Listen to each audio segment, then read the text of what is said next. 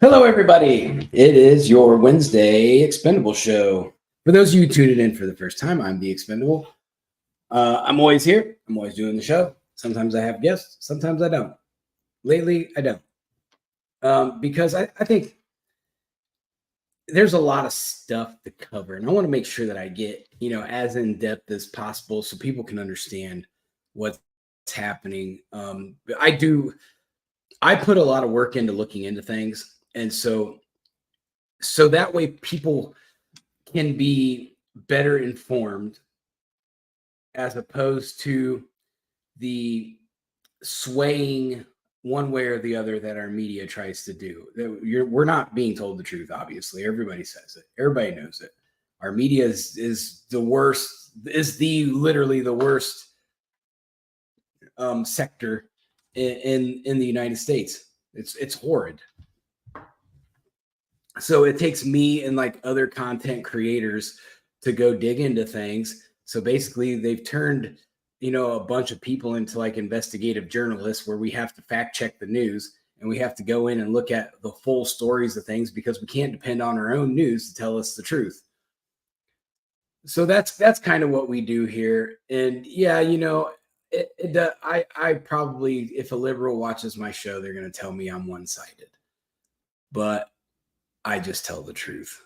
I know how my logical compass, I know how that moves. So when I read something, I dog on the Republicans too. There are things that they do that I do not like. So when I see those things, I'm going to call them out. So, but just lately, I mean, probably the last 8 years, like liberalism's turned into something else. And I think a lot of people understand that, and they know that things aren't quite what they used to be. The Democrat Party used to be a respectable party with respectable people in it. And now it's turned into something entirely different. I don't even want to put words into it because I'm just going to make people mad. And generally I don't care, but I got other things to talk about today. So for those of you watching the weather, we've got a hurricane coming. Hurricane, I don't know what they're calling it. Helene,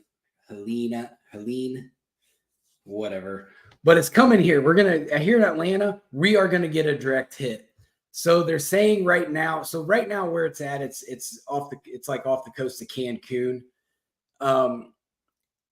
Right now it's a category 1, but they're saying by the time it hits landfall, like somewhere around like Apalachicola and my little spot I go down when I go to Florida, they're going to take a direct hit. Apalachicola is right beside St. George Island where I like to go on vacation. So they're going to take a direct hit, and it'll be a category 4 when it hits Florida. So then there's also this rotating front that it come down from Alaska. Okay, so that is going to run into this hurricane. I forget what they call it. It's some Japanese thing. It's like a Hakashawara event or something like that. Yeah, don't take that as factual information. But what it's going to do, this front that came down is going to hit the hurricane, and how I saw it described is the two fronts are going to dance around each other and create this the swirling effect around each other. So that'll be right around like where it's at with that's where it's at with that, where Atlanta is at, where I'm at. We're gonna get into that dance, and we're gonna dance with these two fronts, and hopefully I'll have a roof left on my house by the time this is all done. But I'm gonna stick it out. I won't be here. So there's a thing. I'm originally from Ohio, for those of you who do not know. This little rural part of Ohio, like in between Dayton and Toledo.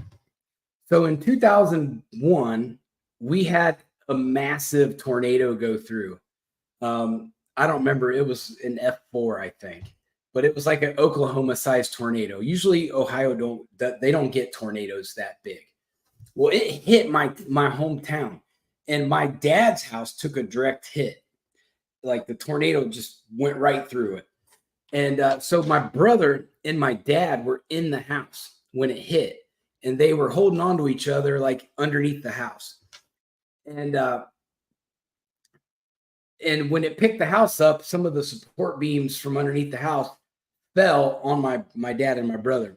Luckily, they just had a few bumps and bruises and like a couple broken bones. Um, they were hitting the head with the cinder blocks that were flying around. But so if they can survive a tornado, I'm going to try to one up them and survive a hurricane. I know that sounds like ridiculous logic, but that's what I'm doing. I can't get beat. A hurricane is bigger than a tornado, and if I survive it, then I can one up my dad and my brother until the end of time. So that's the plan. But it's more than likely it's going to die down. I think we're just supposed to get a bunch of rain, so it's not going to be that big of a deal. I don't think by the time it actually gets to Atlanta. I think we're saying Friday morning. We're going to get the most of it. Yes, I am making it a competition. I like to win, so especially against like family members. I don't like to lose. I'm a sore loser. I will get in a corner and I will cry until someone consoles me. So there you have that. So we're going to get into some of the international news now. So if you've been watching the news, you've been watching Israel just completely throw everything at Lebanon and Hezbollah. I saw today on the news where they said this is the biggest onslaught in modern warfare history. When I think they said there's been over like 700 targets or 800 targets that's been hit. That's a lot, or maybe 1,500. I don't remember what the exact number is, but it's a lot. They're bombing everything over there. And then you get Secretary Blinken gets on TV and he says, well, we're trying not to make this a giant war over there. Well, they just bombed half the country. It's already a war. Where are you like? What are you thinking? We can watch it on TV. So I don't understand what the White House is like, what their position is on this. It doesn't make any sense. It's almost like they're trying to say, well, we're working on stuff, but Israel's ignoring the United States and just saying, we're going to do whatever we want anyway. So I think that could be a little bit of what's happening. So I'm going to keep a close eye on that because I think that's going to turn into something giant. As the bombings escalate, eventually there's going to be a retaliation. And right now, Hezbollah hasn't been able to penetrate the dome. So that's right, Colin. We'll start with something simple like the milk challenge. That's probably what we should do. I feel like we already did that though. I don't know. I'd have to talk to my brother. I think we already did drinking competitions, I'm sure. And I probably lost those though. So I have to make a comeback. But anyway, I feel like Iran's just is going to turn into something. Yeah, I saw that too. Russia. That was part of my show today too. So there's a lot going on. And so all these little stories that have been happening lately kind of tie into like my main point today. So when we look at these things, I started adding everything up. Like what's all happened since Biden has taken himself out of the presidential race. And now we have Kamala Harris that was appointed. So I call it the failures. So these are all things that have happened or have escalated since Harris jumped in the presidential race. You have increased inactivity from Israel, Hamas, and Hezbollah. That whole area is a giant war zone, and it's getting worse. We have border gangs infiltrating the United States. They're now fighting with the American street gangs. So that's escalated. The NASDAQ took a 1,000-point loss for the first time in American history since Harris is announced. The United Nations took jurisdiction over the world, basically. They just voted that, hey, we have jurisdiction now. That happened this weekend under Kamala Harris's watch. The economy is just not recovering in stores. We're not seeing price drops. Russia hit Kiev over the weekend. They've increased their assault on Ukraine. They're bombing everything. Russia's gonna turn up, and they're gonna disintegrate the Ukraine here before long. I feel. I don't have any real proof of that, but I think we're only just over a month away from the election. If Trump is gonna win, that's gonna make everything escalate. If they see Trump is winning, they're gonna escalate to get their agendas done before Trump takes over. If they think Kamala's gonna start to pull away, they're probably gonna die down the rhetoric because they're gonna have more time to strategically plan what they're doing. Right now, the world is in panic mode because Donald Trump is obviously in the lead with the presidency right now. And if he wasn't, everybody wouldn't have increased their tensions. So you also have, we have CIA agents that just got busted last week, and they're being detained in Venezuela under the Harris-Biden administration. Neither one of those idiots took any time to honor the 13 fallen at Abbey Gate, which is probably one of the most disrespectful things I've ever seen a president do, and a vice president. Gas prices just went back up. Interest rates are still too high. Bankruptcies are at an all-time high in America. So there's been more bankruptcies in the last 4 years than there has been in any time in American history.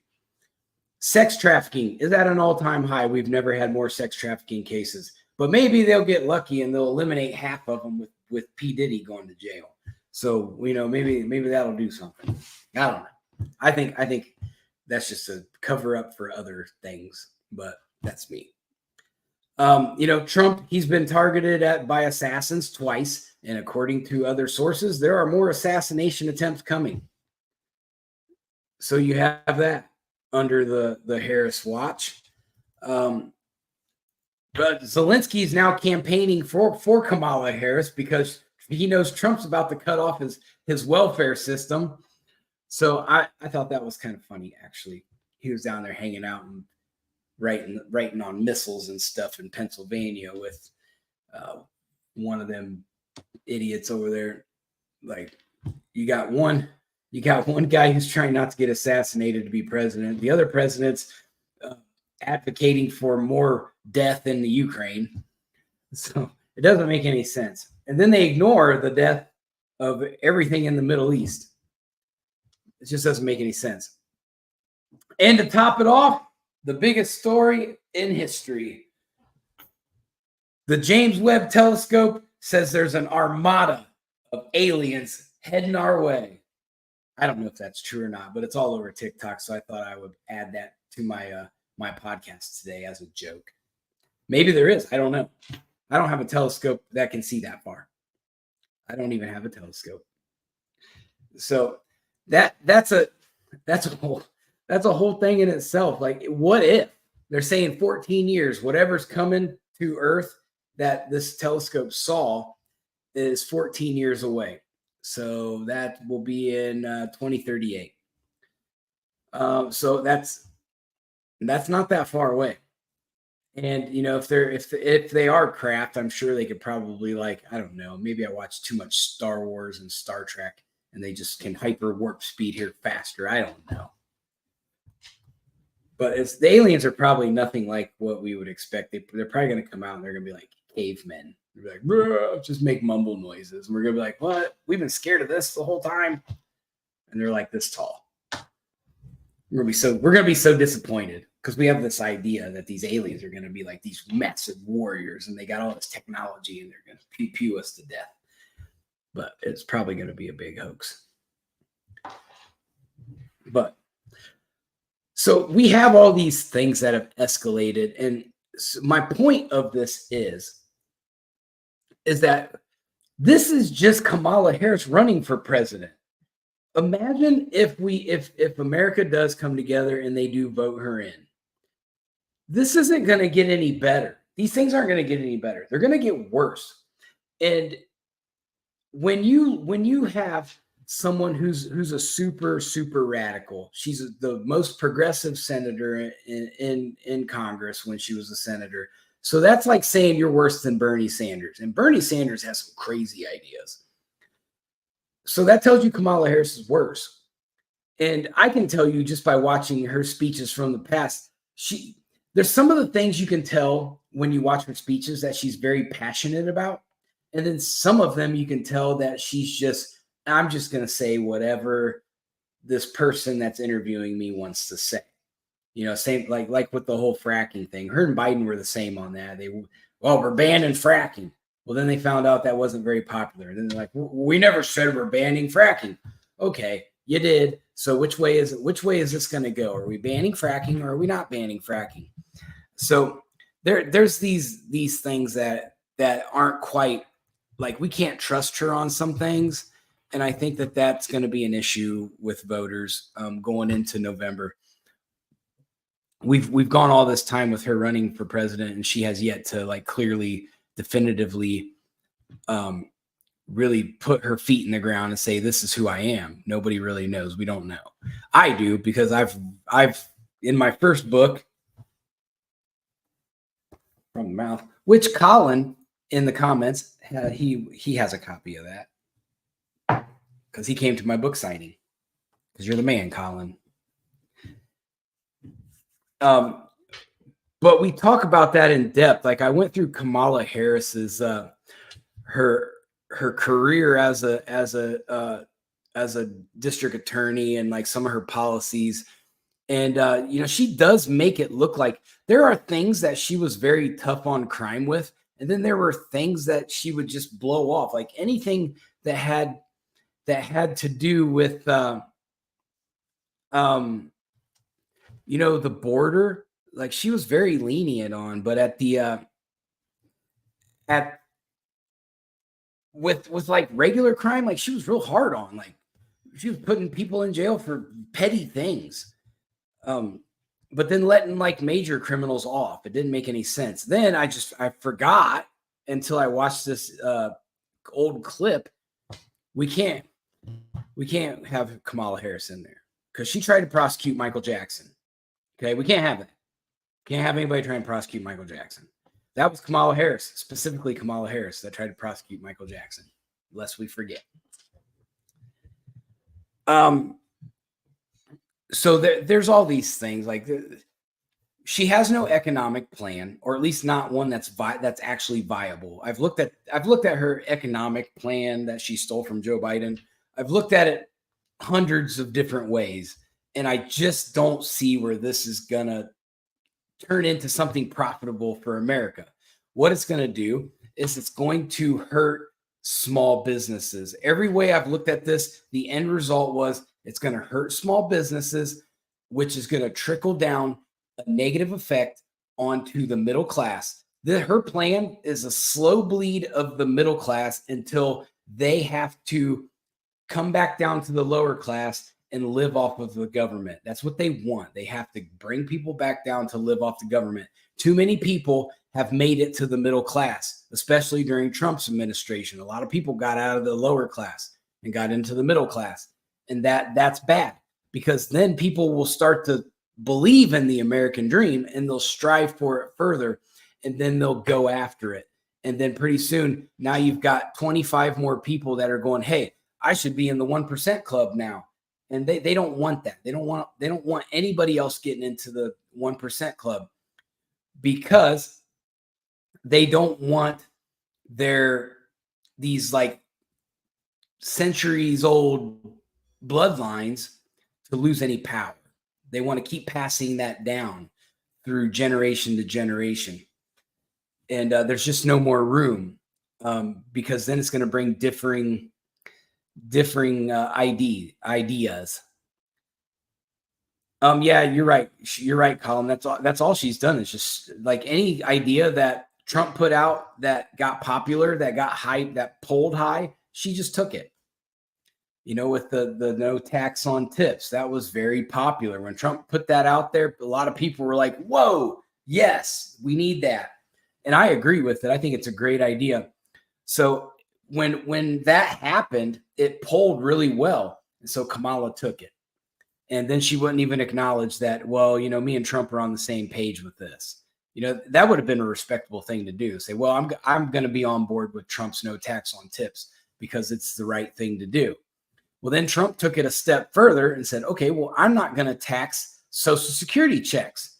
Well, she didn't steal that one yet, but that was a good follow up to that, because now people on fixed incomes, because inflation over the 4 years of Biden's administration, and inflation went up just a hair over 20%. And there's a Sarge. Sarge just jumped in here, but the inflation in 4 years went up over 20%. So that means when you do the math, you would have to get a 5% raise every year during Biden's administration to keep up with the inflation. 5%. Generally, on average, companies get 3% annually if you're a good employee. So when you look at that, you have we have to really take into account that didn't happen. So people took losses.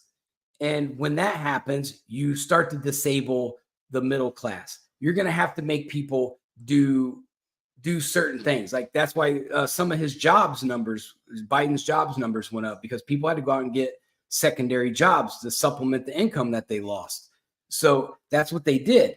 And Kamala Harris's plan is going to be much of the same. They're going to attack that middle class. They're going to steal. This is a sham. When she says we are going to make the rich pay their fair share, I want everybody to understand that is a lie, and it's a sham to get votes, because Kamala Harris knows that a lot of her following, inflation is killing retired people. I'm going to go back to that because that's a good point, because that's what's happening. The people on Social Security, the retired people, like say Grandma Jane didn't have a 401k, but she's got her Social Security that she can live off of. Well, that's a super fixed income. That is very, very fixed. So when the prices of goods go up 20% over 4 years, and Grandma Jane didn't get a 20% raise in her Social Security, which hardly they have to fight to get 1%. You're exactly right. I've seen it, Colin. I've been seeing it, and you probably have too. People are having to go back to work that are retired. We just had that at our plant. We had this lady show up. She needed a job because she's got to supplement her income because her SSI checks aren't getting it done. So she's got to go back to work. It's sad because I feel like when you hit a certain age, you've earned that right. And now this inflation has hurt those people. I feel bad for people who wanted to retire during Biden's administration, and you're looking at your 401k and you're looking at this and blah, blah, blah, blah, blah. And you're going, man, I can't retire. The economy is so expensive right now. I'll run out of money before I die. And that's how they look. That's how, when people get close to retirement, that's how their financial advisors look at things. And that's exactly right. And I know exactly who said that, Sarge. That was Klaus Schwab that said, you will own nothing and be happy. And that's their goal.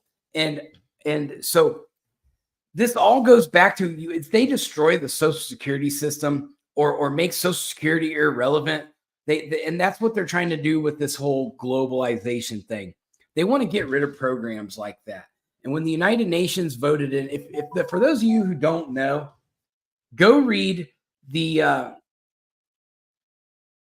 that was a bad example. My dad just yelled at me because I used my actual stepmom's name as grandma.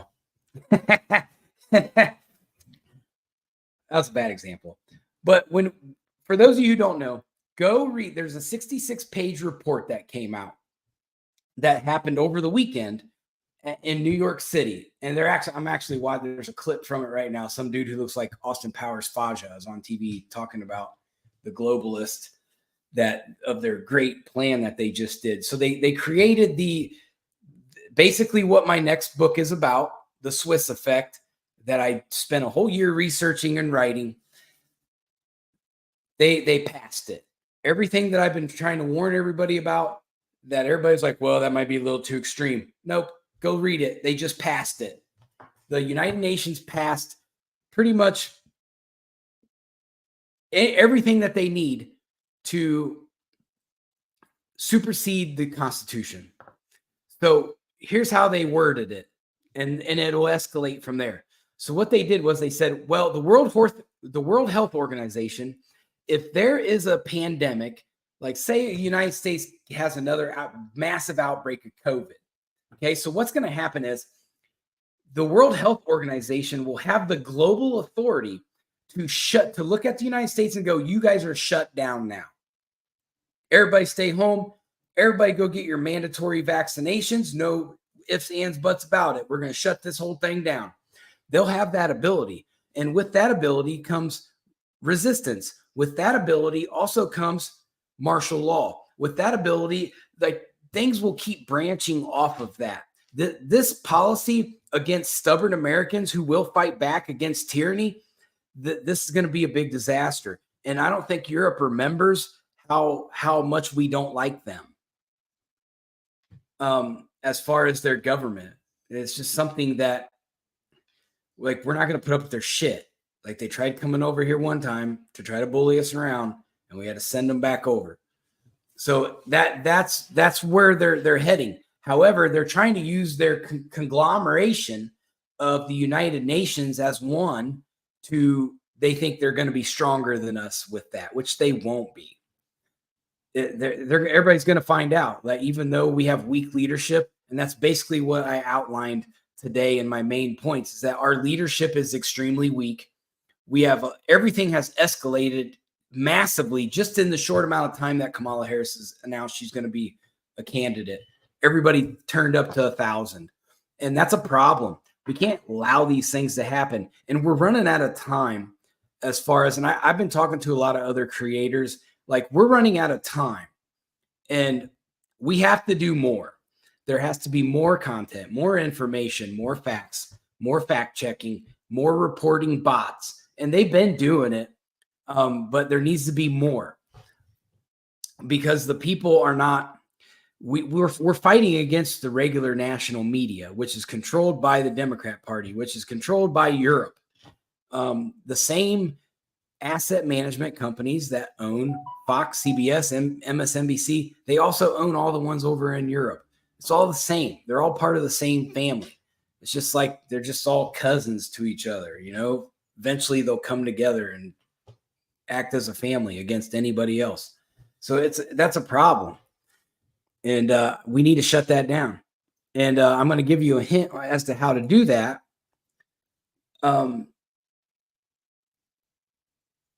Without telling you too much, because you got to read the book. But what's going to happen is, in order to stop this whole globalization thing, there's one way. I've researched it for a year. There's one way to beat them. And it's going to seem like it's an impossible feat. But when we sit there and really look at it, they started this in 2015 is when they started this movement, and that they were going to create a giant socialist utopia, globalization, one currency, one religion, one this, one that. And now they caught the conservatives all across the world sleeping. We've been sleeping on this. Or we just haven't been acting on it. Well, now it's too late. It appears to be too late. It's in our schools already. It's in our government. It's in our hospitals. It's everywhere. There's one way to stop it. And that's going to be, we're going to have to have an act of Congress to break up I call it a triopoly, but it's a monopoly with 3 asset management companies. It has to be illegal. We have to create a legislation that's going to make it illegal for BlackRock to invest in Vanguard, and Vanguard to invest in BlackRock, and BlackRock to invest in State Street, and State Street to invest in BlackRock. That's how they get away with this. So why is that important? Why does it matter? Because they're depending upon American capitalism global capitalism, the markets that America built to fund this 17 sustainable development goals and all this other trash that goes with it. That in the fourth industrial revolution that Klaus Schwab is wants to die knowing is in place. So there's all these things, and that's the one way to beat it. The problem is it's going to be hard because Congress isn't worth a shit.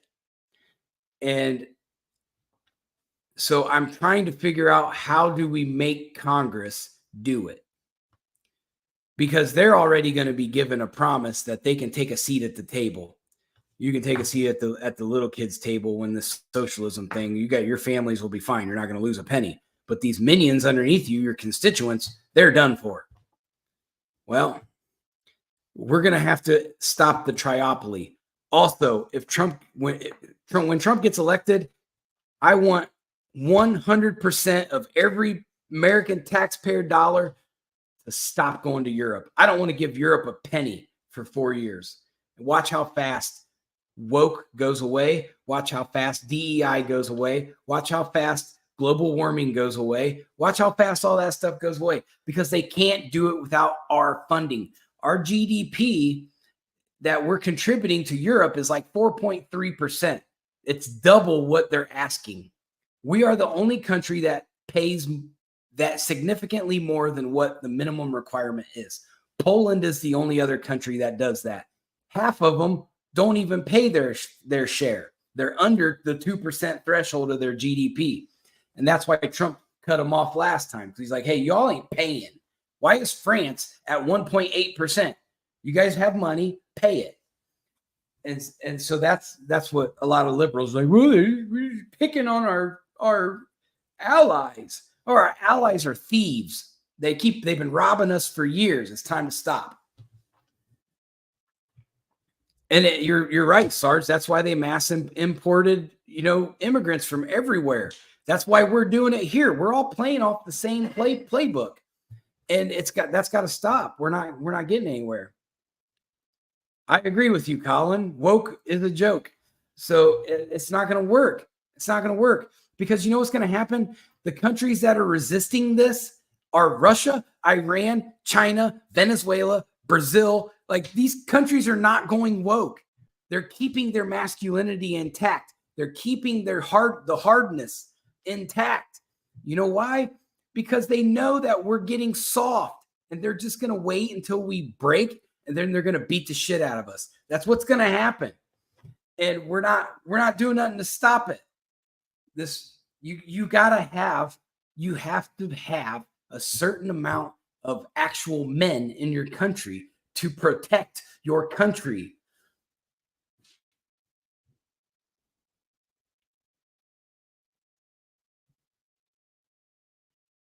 I mean, it's gonna be a problem. Russia is gonna be a problem. Those guys, they know. I feel that they know what they're doing right now. I think Putin has had this planned out for 3 or 4 years. He knows what he's doing, and he's gonna ride this out. And he's gonna react based upon who's leading in the polls. It's obvious Trump's leading in the polls. Right. Get woke, get broke. Taylor Swift found out. I hope she loses every penny she's got. She sold her soul to the devil. Now she's going to go broke. Taylor Swift. I got more cats than Taylor Swift, so she can't even hang with me anyway.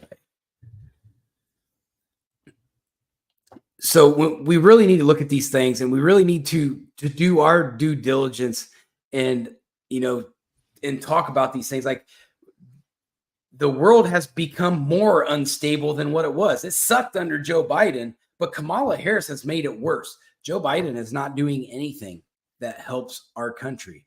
Nothing. Not a thing. We have a lot of issues going on here, and they're not fixing it. Like, Kamala Harris, if she really wanted to impress some people and make a splash with her campaign, she would start putting policies in place right now, because she knows Joe Biden's not doing anything. He's checked out. He's vacationing all the time now. So she could take the initiative as a true leader and say, well, since Joe's out of the way, I'm going to come in and I'm just going to start getting my policies put together. That's what a true leader would do, but she's not doing anything because when her policies fail, she's going to blame it on Joe Biden. You know, if she waits till she gets elected, she's going to scrap half the shit she told everybody she was going to do, because that's what real politicians do.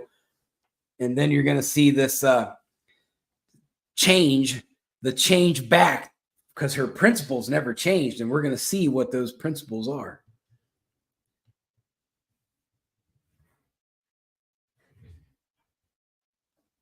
You know what? That's a really good point, Sarge. He is. So Sarge said that I think he's a live action study on leaders that lose their mind to dementia. We have literally watched the deterioration of a mind over the last 4 years. And yeah, that's a big thing.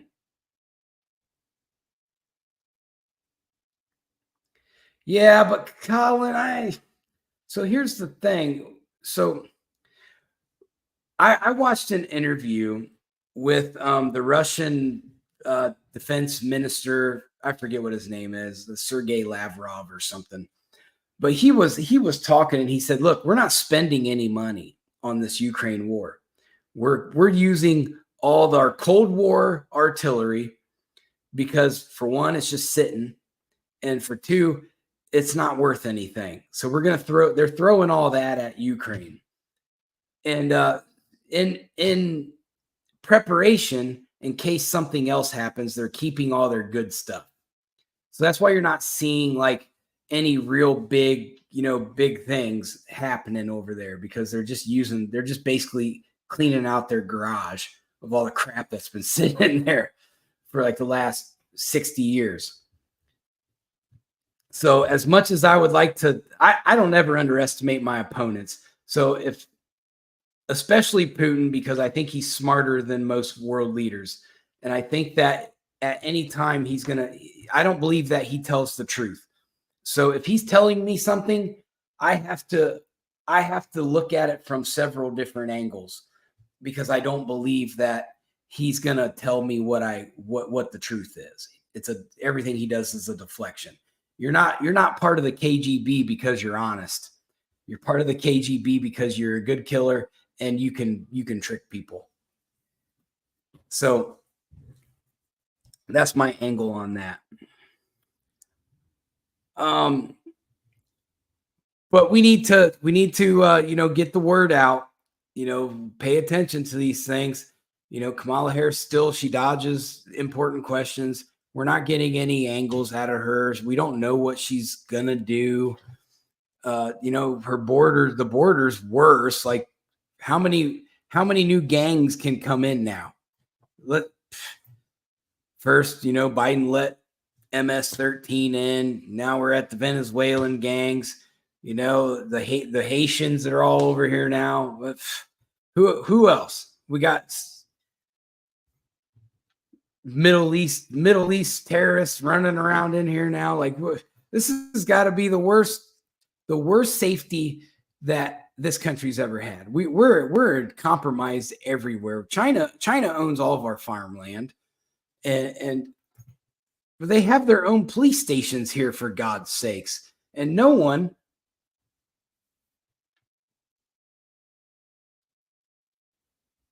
Oh yeah, I forgot the Satan too. The Satan, yeah, that Satan missile is supposed to be a bad mofo. I wonder if that's the same like kilotons as the FOAB, because when him and Trump got in that little "I'm bigger than you" competition, and Trump dropped the Moab, and then Putin dropped the FOAB, which that didn't solve anything for either guy.